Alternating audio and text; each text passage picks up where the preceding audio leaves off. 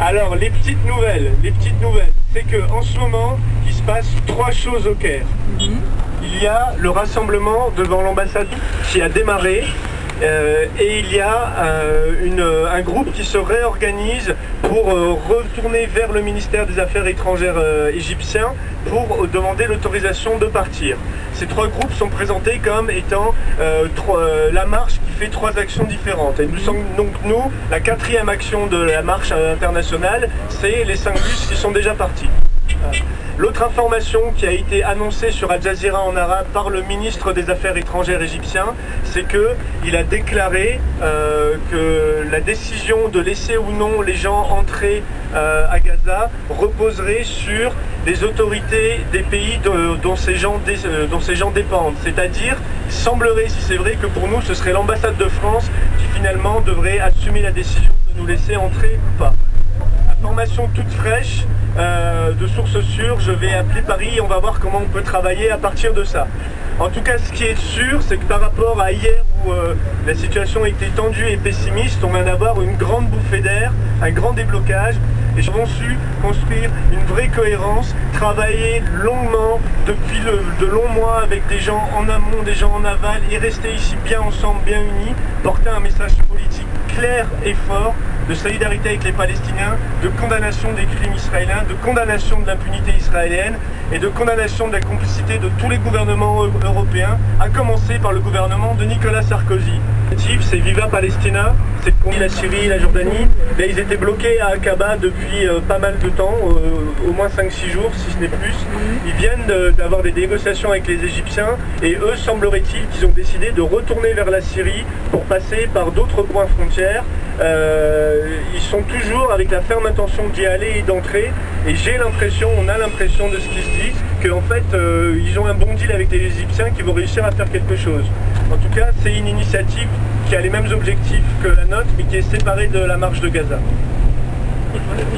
Il est dans un des bus qui partait du point A, je ne sais plus lequel, le 1 ou le 2, et il est en train de discuter avec eux pour voir comment ça se passe, parce que il faudrait qu'on ait, il serait bien qu'on ait une démarche officielle de l'ambassade de France envers les autorités égyptiennes pour les informer de ce qu'on est et de ce qui se passe. On va voir par rapport aux autres qui sont pas français, mais si l'ambassade de France appuie et qu'on est la majorité française, je pense que vous serez emmenés dans le paquet. En tout cas, on va espérer ça. La police de la route locale, un truc pas clair, ils voudraient qu'on fasse demi-tour. Nous, ce qu'on veut, c'est commencer une négociation. Donc ce qu'on va faire, c'est qu'on va garer tous les bus à côté des autres, les uns des autres, et on va tous rester dans les bus. Il y aura un porte-parole pour chaque bus. L'objectif, c'est de pouvoir continuer. Nous, on est en route vers Al-Arish et on continue. Donc voilà, vous étonnez pas, c'est ce qui va nous arriver dans les minutes qui arrivent, et on reste tranquillement dans les bus. On va bientôt rejoindre les autres bus et on va s'arrêter tous ensemble et voir ce qui se passe. Quand les bus s'arrêtent, vous ne descendez pas. Merci. On a 2 référents qui sont en train de parler avec le colonel et tous ses amis.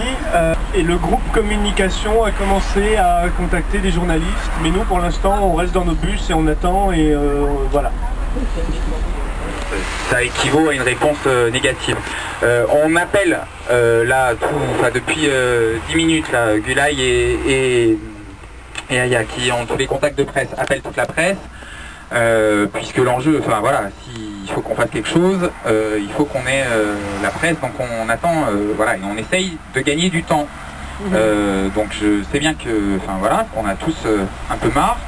L'enjeu, c'est, voilà, encore on gagne du temps, en espérant qu'on ait un peu de presse pour, à un moment donné, voilà, pouvoir faire une déclaration, etc. Voilà, alors après, on peut toujours se dire, tant qu'on n'a pas fait demi-tour et qu'on est au Caire, on peut avancer, mais voilà. On n'a pas de réponse claire, mais voilà. On attend. Ça fait maintenant depuis 3 heures, je sais pas, on est en train de discuter avec eux.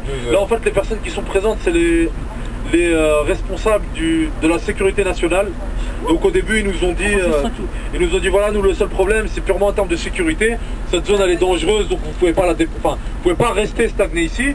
Donc on leur a dit qu'on les invitait à nous faciliter le trajet plus loin pour notre propre sécurité. Donc ensuite, ils sont passés au deuxième argument. en disant vous n'avez pas l'autorisation pour passer, il faut faire la demande, revenez au Caire, ensuite vous faites la demande et ensuite quand vous l'obtenez, il n'y a pas de problème, vous pouvez vous déplacer jusqu'à Al-Arish et où vous voulez. Donc nous évidemment on n'a pas cette autorisation, donc nous on a joué sur le fait qu'on a une lettre de l'ambassade de France et que l'ambassade de France nous a affirmé qu'ils avaient fait toutes les négociations possibles et qu'ils avaient informé l'ensemble des services de sécurité égyptiens pour nous faire passer. C'est là où leur colonel, là, le plus haut gradé de la région, il est arrivé, il a dit il a dit en gros votre ambassade, voilà ce papier aujourd'hui pour des raisons de sécurité d'État, etc. Ne vaut rien. Donc nous on n'a pas arrêté tout à l'heure d'appeler l'ambassade de France. Évidemment l'ambassade de France nous dit on ne peut pas faire plus que ce qu'on a fait, on ne se mouillera pas plus, on peut pas envoyer quelqu'un, encore moins envoyer un message pour demander aux autorités égyptiennes de vous laisser passer. Des dieux vous avez prévenu, enfin voilà, rien n'était gagné, etc.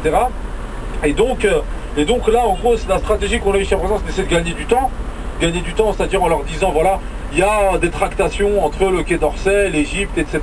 pour essayer d'avoir un contact à Paris un peu plus haut placé et tout.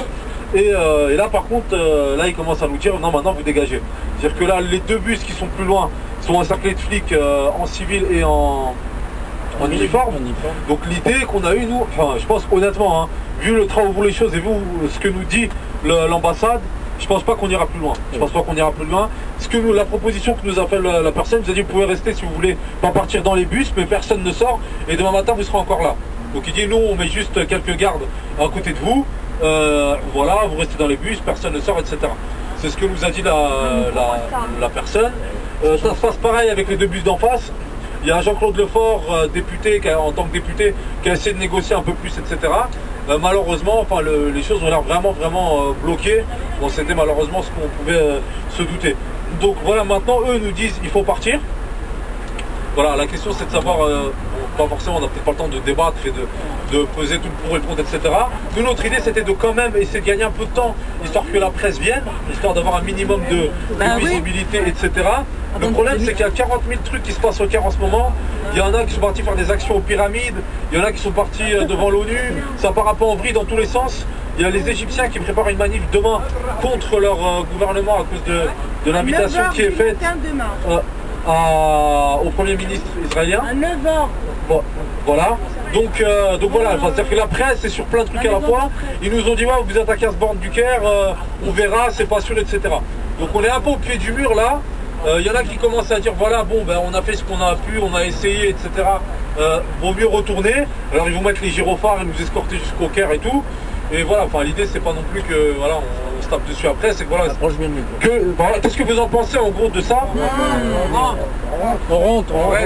Sachant que l'autre proposition, il n'y a pas d'alternative. En gros la seule alternative, si vraiment on veut rester, c'est de descendre des bus, enfin, c'est de violer leur interdiction parce que rester dans... Non, moi je suis pas pour ça, mais je dis que la seule manière, si c'est pour rester dans les bus enfermés, n'avoir pas le droit de sortir jusqu'à demain matin, ils savent qu'à un moment donné on va retourner. Donc la seule manière de rester en tant que tel, ça serait de descendre des bus et de dire voilà machin, mais ça risque encore une fois de dégénérer dans le sens où voilà, il peut y avoir ensuite les autres flics qui sont stationnés là-bas qui viennent, ils vont nous encercler je pense. Voilà. Est-ce que politiquement c'est pas dangereux? Voilà. Et pardon, quand ils nous demandent de rester, quand ils disent qu'on peut rester jusqu'à demain matin, c'est dans l'attente de nouvelles négociations? Non, pas du tout, pas du tout. Alors, ce qu'il dit, il dit non, nous on a des ordres. Et le mec il a parlé avec moi, il m'a dit clairement, il m'a dit écoute, la frontière où vous allez en ce moment, c'est super tendu. Il y a en ce moment des gens qui foutent la merde au Caire. Il y a eu des ordres.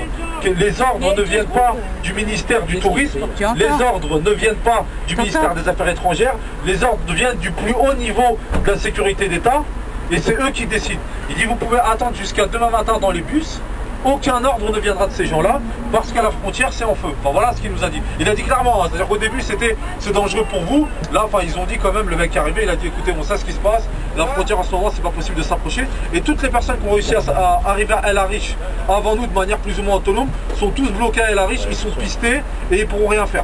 Voilà en gros la situation. Ce qui se dit à l'arrière, c'est que rester ici.